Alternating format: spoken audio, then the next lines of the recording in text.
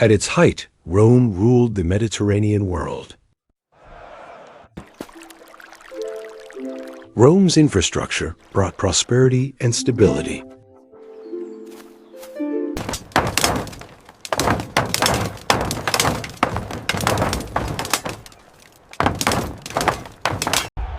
Rome was an empire of spectacle and order.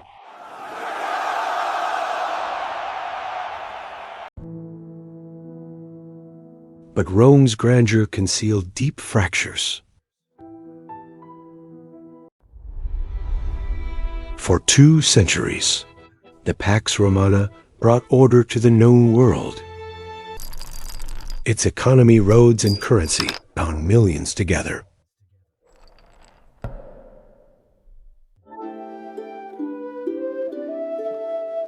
Citizens enjoyed wealth and a flourishing culture.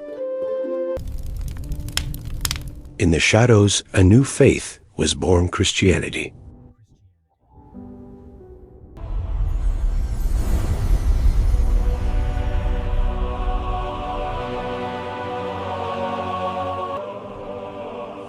A new era began as the empire embraced a transformed vision for its future. But prosperity was fading. But yet inflation, famine, and plague spread. Rome could no longer govern from a single center.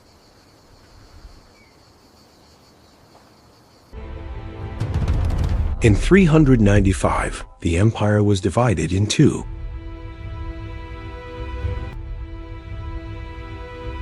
The East remained wealthy and strong.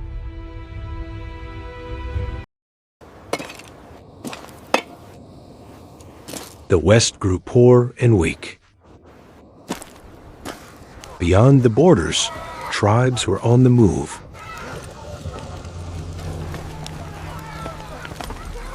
They pressed harder against Rome's fragile borders. The frontiers broke, opening the floodgates.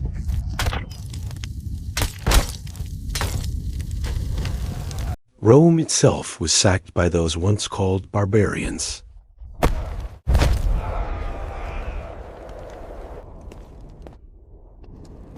In 476, the Western Empire's last emperor was deposed.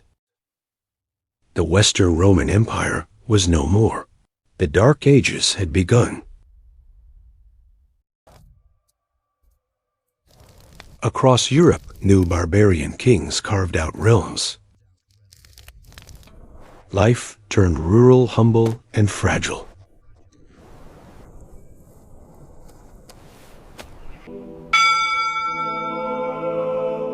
Monasteries became islands of learning and faith. Here books of antiquity were preserved.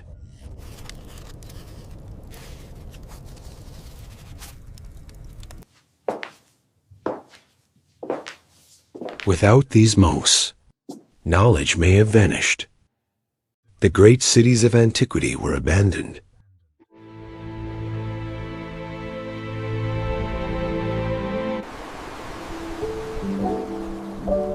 Ruins told the story of decline. In the East, the ruler envisioned a grand plan to reclaim the territories of a bygone era. His rule was immortalized in radiant mosaics. Byzantine armies sought to reclaim the West. Italy became a battlefield between Romans and Goths. But new invaders, the Lombards, swept through.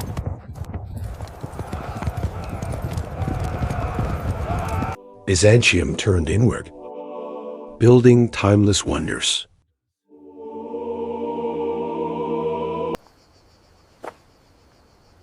Yet the empire would remain divided. A new power rose in the deserts: Islam. In a century, an empire stretched from Arabia to Spain. Muslim fleets swept across the Mediterranean.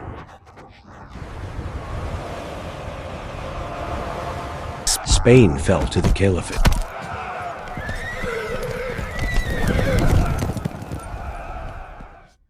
Ancient cities were claimed by new rulers.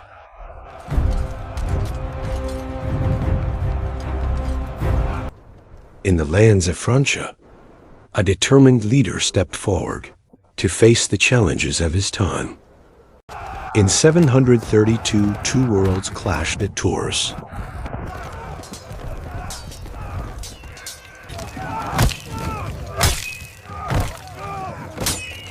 Martel's Franks held firm against the storm. The conflict concluded, and from this victory, a new future for the region was forged. With this sacred blessing, a new ruler was affirmed, establishing a powerful new dynasty. The Pope now wielded authority over kings.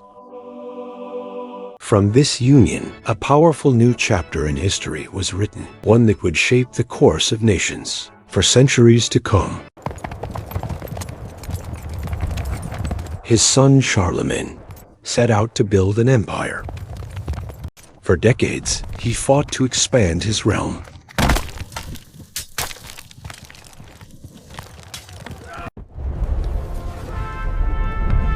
His empire stretched across Western Christendom. At Aachen, Charlemagne built his capital.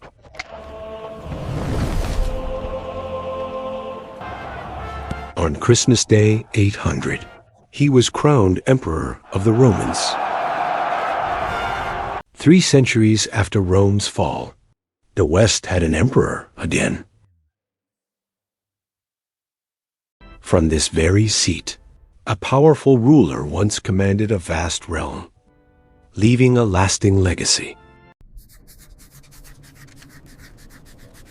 His reign sparked a cultural flowering. Look reserving. This leader established the foundational structures of governance and law that would shape the realm. A common currency tied his empire together.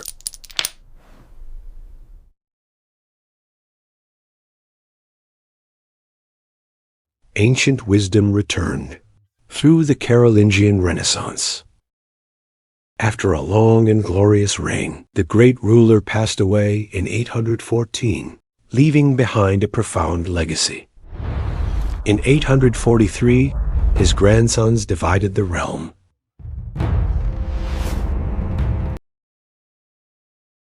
Unity gave way to division and weakness. From the north came the Vikings. They raided and terrorized Europe's coasts.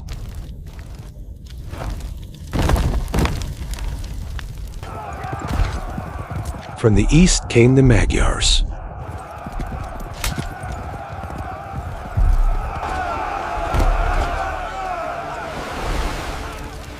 From the south came Muslim raiders. As invasions stormed the land, peasants sought protection in castles. Across Europe, wooden strongholds dotted the land. These motte and bailey castles became symbols of power. Warriors of this age were mounted knights.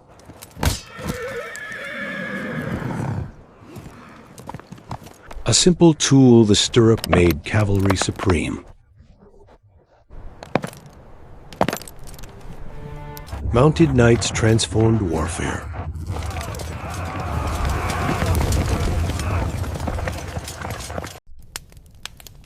Land for loyalty, protection for service. This was feudalism. Peasants worked the land, sustaining the lords above them.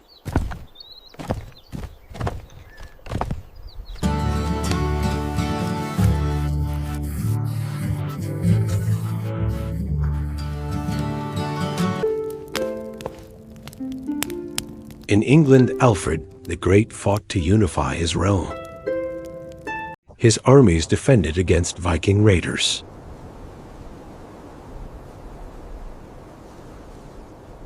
In Francia, Vikings settled and pledged loyalty. They became Christian lords, the Normans.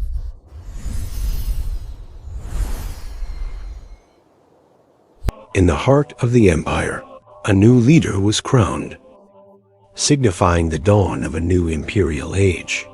His victory united the German tribes.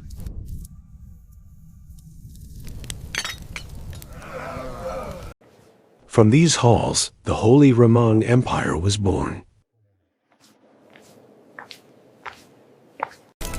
Unity quickly broke into fragments.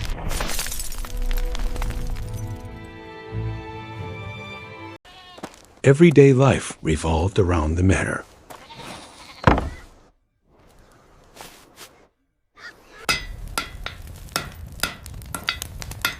Craftsmen forged tools and weapons.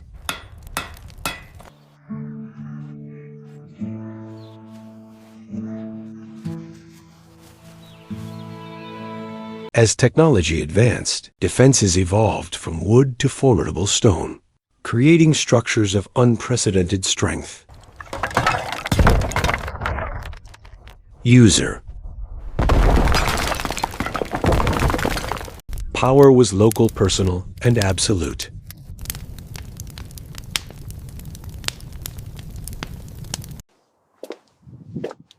This was the feudal world. Lords, castles, and vassals. A warmer climate brought abundant harvests.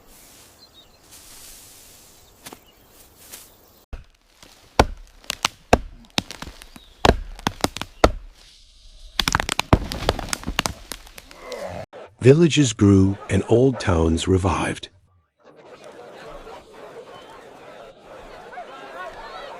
Trade revived, fueling a new merchant class.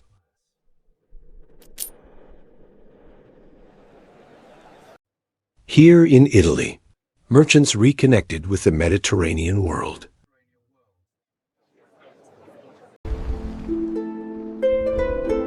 Networks of commerce spanned the continent.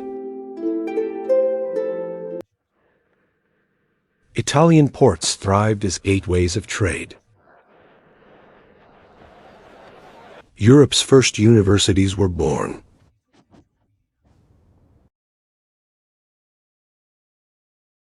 Scholars rediscovered ancient wisdom, quid est veritas.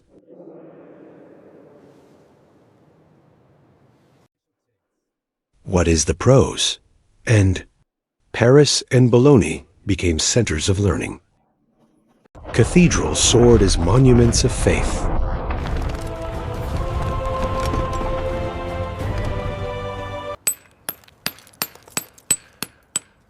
Artisans poured devotion into every stone.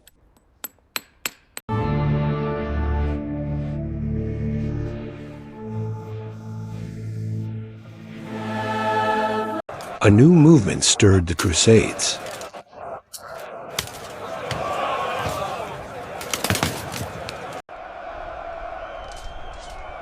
In 1095, Pope Urban II called for holy war. Crusaders stormed the Holy City.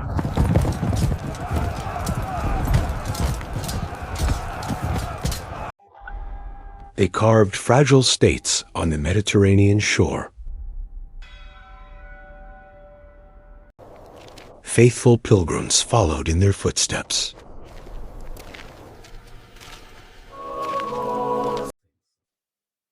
A fierce struggle erupted between popes and emperors. The emperor begged forgiveness in the snow.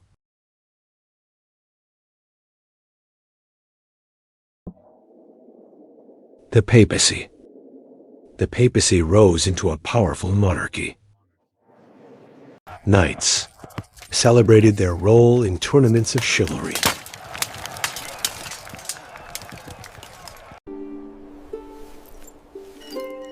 The ideals of courtly, Love and honor shaped knightly culture.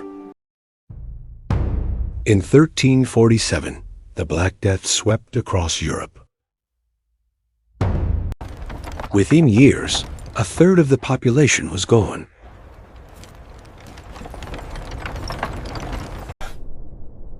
Strange figures walked the streets, powerless against the disease.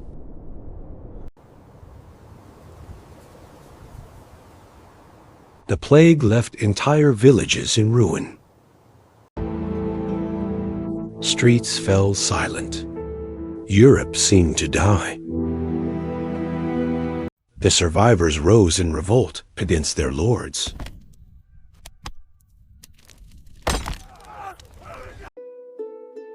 Innovation flourished.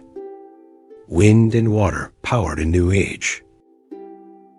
Technology transformed rural life.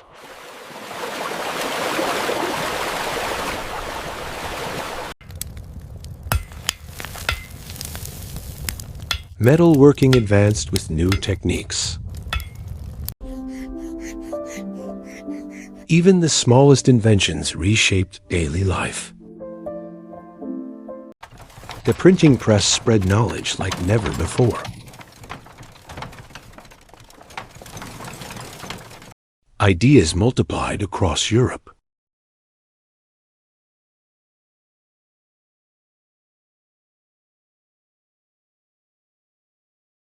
A new renaissance revived art and learning. Indeed, the early church fathers often interpreted such passages allegorically. But what if the literal? Ancient knowledge returned to Europe's libraries. Gunpowder reshaped warfare.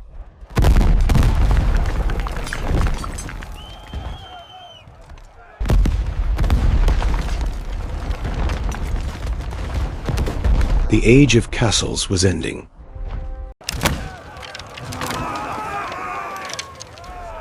New weapons gave common soldiers deadly power. For a century, England and France tore each other apart.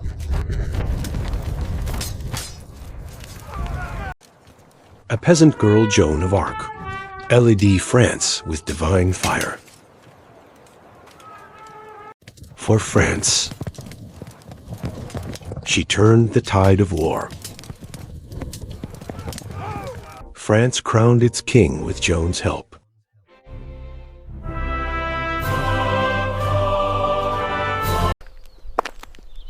Her legacy endures a symbol of faith and courage. Kings grew stronger, curbing the power of their lords.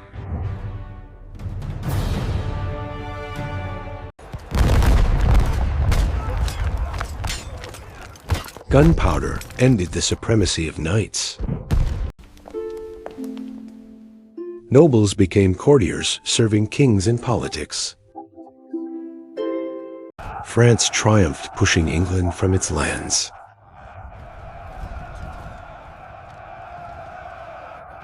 In Iberia, a royal marriage united Castile and Aragon.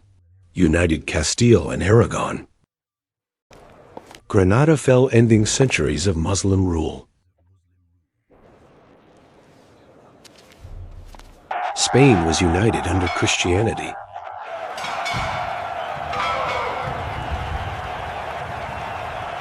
Portugal pushed outward, sailing around Africa.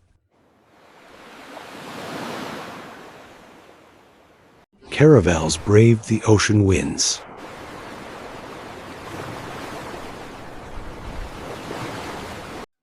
In Spain, Columbus sought to cross the ocean westward. In 1492, they sailed into the unknown.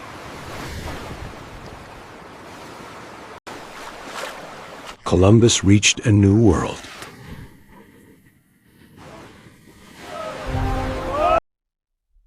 From Rome's fall to Columbus's voyage, the Middle Ages forged the world we know today.